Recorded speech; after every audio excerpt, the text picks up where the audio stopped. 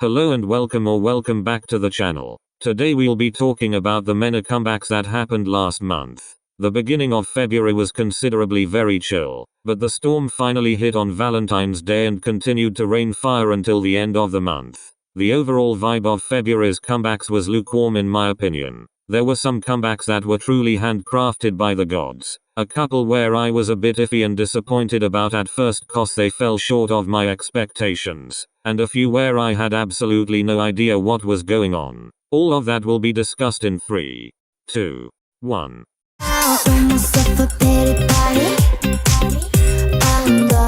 Miss Jamie did not come to play when she dropped this. Holy shit, it's such a freaking bop. I love how there's a kind of retro undercurrent to the song cause y'all know I love funky basses and synths. I've been waiting for Jamie to release a song like this. I wasn't a fan of Numbers. I liked Apollo 11, but I really wanted her to release a baddie anthem and now it's finally here. Please do yourself a favor and stream this masterpiece. Why, kill my night? 4 words. Mark solo debut when? I'm so damn proud of him for creating such a personal, intimate and meaningful song to bless our ears with. The lyrics just hit so hard. You don't really realize how much of a child you are until later on and when you look back in hindsight. And really no matter how old you get, you're still a child, just in a bigger body. The song kind of reminds me of 21 Pilots' cover of Cancer, like in the tone of Mark's voice and the general mood of the song. I also really like the addition of the gospel-like vocals at the end. IDK, it just seems very Mark. Side note, I want his bedazzled sweats so bad cause I wanna rock up to my online classes looking like a fancy bish.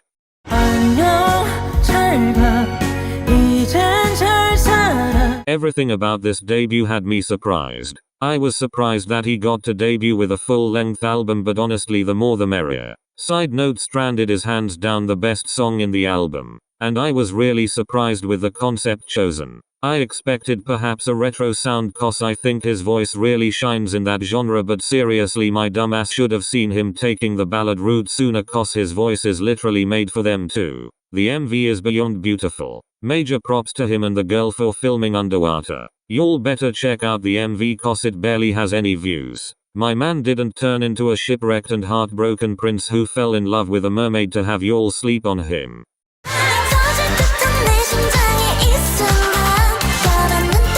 This is basically Mago and Queendom's love child and y'all can't change my mind. I kind of was expecting them to go down this route and feel like G-Friend could have naturally progressed to this type of sound. There are a lot of city pop influences in the EP which I love cause usually for that strictly retro sound I'd have to look deep into the Spotify archives or wait for Rainbow Note or Behind the Moon to release stuff. Lemonade is by far the best song on the album and has been on repeat since it dropped. Also Mirror sounds like it came straight out of an early G-Friend album. Their new color scheme is very much giving me Odd Eye Circle vibes, and it's seriously making me hope we get a Luna subunit revival one day. Speaking of which, please support VIVIZ, Luna and the other contestants on Queendom. I'm so hyped for the new season.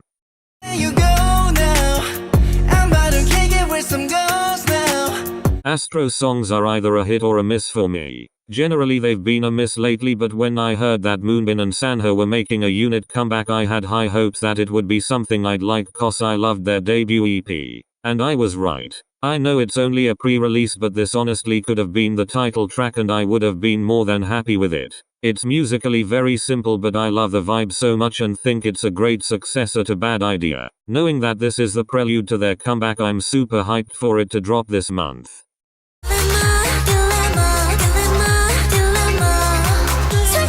Is it just me or does this sound like I'm so sick, even more heartbroken and depressed little sister with glittered tears rolling down her cheeks? I honestly love that these ladies are still making music and going strong after 12 years together. It's a no-brainer that this song was going to be a bop. But with their 3 previous title tracks setting the bar so high, I think this song is overshadowed a lot by them. Objectively it's good, but it's just missing that extra bit of signature Apink magic. It's missing the sparkle that I'm so sick Ungun Gundam Durham have. Still love the song and the 90s Europop influence in the chorus though. Side note, Bomi is such an underrated vocalist, I swear to God. There's so much clarity in her voice. If it weren't for Yoonji, she easily would be the main vocalist. So I envy you.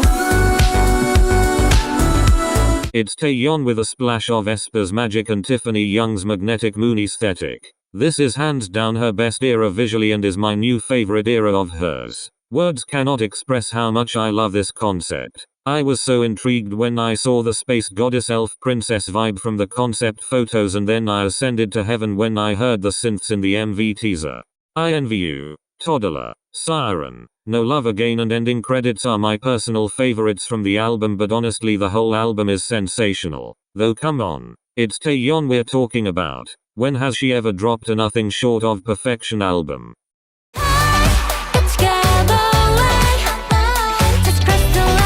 I'm really surprised that they've made their first comeback so quickly after their debut. I like how they've kept with the space concept but went a different route with it that's kinda reminiscent of WJSN. I think this look and sound suits them more than their debut, but that's just my opinion. It's a cute song that sounds like it was by a third-gen Nugu girl group, and I like that they're showing us their versatility, but it's not something that I'd gravitate towards too. I'm still gonna be on the lookout for their new releases in the future though.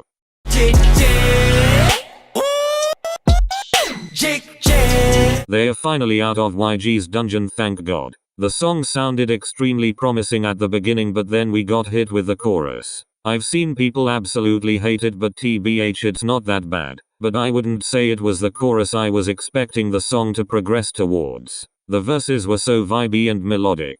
It gave me some Big Bang and Winner vibes, but it made the chorus really jarring. I'd say the song is a grower, like most of their noise songs, and I'll most definitely pick it up again sometime in the year. Here's to hoping they get more than one comeback this year.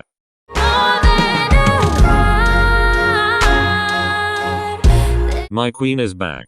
DeVita is back with those divine angelic vocals. I get some Olivia Rodrigo sour vibes as well as some classic Americana and movie references sprinkled in the music videos and concept art. And the whole vibe of Bonnie and Clyde belongs to the 60s slow dance genre, which totally suits the theme and concept she's going for with the new EP. It's honestly criminal that DeVita doesn't get nearly as much recognition and attention that she deserves. I got my eye on you. Just when I thought this man couldn't get any sexier, the moment I heard that bass I knew that this was going to be my new favorite WONHO song, and I was right. It takes the best parts of Open Mind and Lose and elevates it even more. Don't really have much to say cause WONHO always meets the mark with his releases and leaves me extremely satisfied.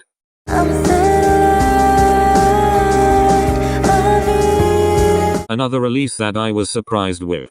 I've only ever heard of Suzy as the gentle and elegant actress and visual of Miss A, so when I heard those edgy guitar strums I had to double check that I clicked on the right video. I absolutely love the contrast between the soft melancholia of her voice, the roughness of the instrumentals, and the pain and emotions expressed by the dancer. It all complements each other so well. I was expecting Suzy to be in the MV since it's been 4 years since her last release, but I think this was the right move to make with a song like this.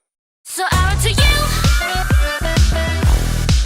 So out to you. I saw someone say that STAYC makes songs for pretty girls, and that's honestly the most perfect description for their music. The MV looks like a cross between a Twice Blackpink ITZY and a Apink music video. It's gorgeous and so too are the girls, but I don't think it's their best. However, I love how all of the girls had their moments to shine and it wasn't just one girl who stood out over the rest. Though I'd say that the O1 line wrecked me the hardest. I'm sorry Jay. The song is conventional but also not at the same time. It took me a second listen to get used to the synth horns in the chorus cause I really wasn't expecting it, and it's been a hot minute since I've heard a song use them. Also there's something about the melody and the instrumentals that give me second gen vibes, which I have to give brownie points to.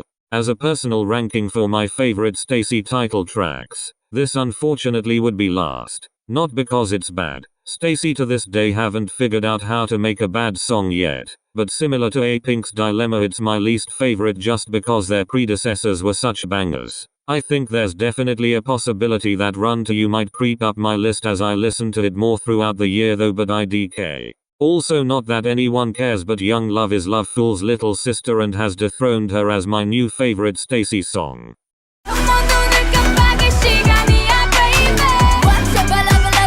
Okay, first and foremost, I don't think it's that bad of a song. I know. Shock horror. I actually really dig the main chorus at the beginning and end of the song, and it's the only parts that I really like. The middle part of the song honestly sounds like it could have been made for ITZY, especially in the way they open the verse. It's not horrible, but if we compare it to JYP's repertoire of girl group debuts, I would say that it doesn't live up to its predecessors, and I understand the backlash. I see what the vision was for the song, in terms of creating something that's new and unique and innovative, especially after learning about what NMIXX means and their whole mix pop concept. However, the execution in my opinion just wasn't there. I think the song's major downfall is that it's too short, cause this subsequently ruins its pacing and transitions. You have a look at aespa's Next Level and Girls' Generation's I Got a Boy, and those songs make so many switches, yet it all sounds cohesive and not disjointed. Heck, we can even have a look at classical music where symphonies have lots of movements that sound different yet cohesive at the same time and are able to tell a story altogether.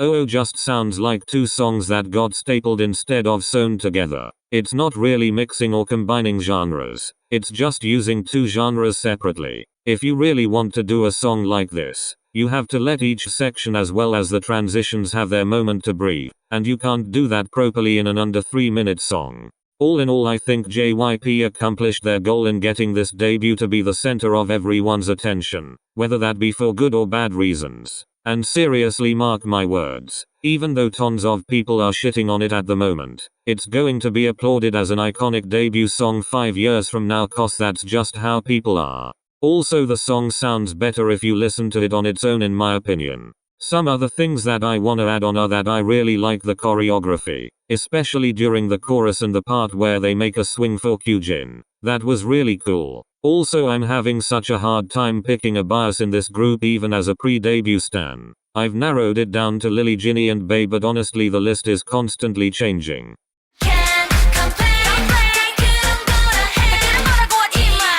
Ring by Ring showcased their dancing. Snowy Night highlighted their vocals. And now GingaMingaYo gives the spotlight to their rappers. As each day passes, the song grows on me more and more. The beat especially reels me back in every time. It's not my favorite Billlie song, but I like what it's doing for the group. I like how it's teen crush but also not. It's different and unordinary but more playful and fun, even though it's not cutesy and childish. That said though, I think kids would really like the chorus, and I mean that in the best way possible. Also, can I just mention how their storyline feels so unique and almost like a return to your childhood storybooks? Seriously, a big hats off to the production crew over at Mystic Story. You guys are doing the absolute best. It's so magical and immaculate and so refreshing amongst the sea of girl crush sticking it to the man concept. Disclaimer, there's nothing wrong with that concept, it's just that I get tired seeing it everywhere. Oh, and can I just say that I love how Tsuki went viral cause of her fan cam.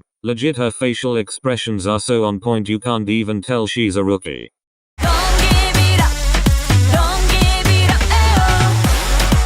In my opinion, this is their best styling yet, aside from a few questionable choices. I love the glitz and the glamour of it all. It takes me back to the frivolity of 2000s club music videos. There are some hardcore third-gen vibes to the song, so if you like Blackpink's Boom Bae or Card's party anthems, then I think you'll like this. It's probably just me, but I love seeing low-budget cinematic MVs. There's something about the ambition and passion behind it that makes me like it so much. It just gives off the impression that them and their company are doing it for the arts and not the charts, and I gotta respect that.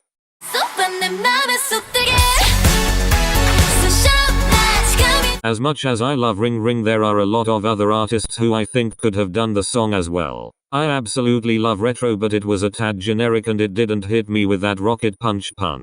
This on the other hand marries the retro concept with rocket punches sound so well. The bridge and outro are so heavenly. The styling is some of their best, and their vocals are spectacular as always. I love how they used those classic yet underused in K-pop synth sounds. I'd say it's music to my ears, but that's exactly what it is. Once the song ended, I immediately had to put it back on again. It's early days, but I think this is my favorite song of theirs now. I'm curious to see if they'll keep this retro train going, since half the people love it and the other half is bored by it, which I honestly can never understand why.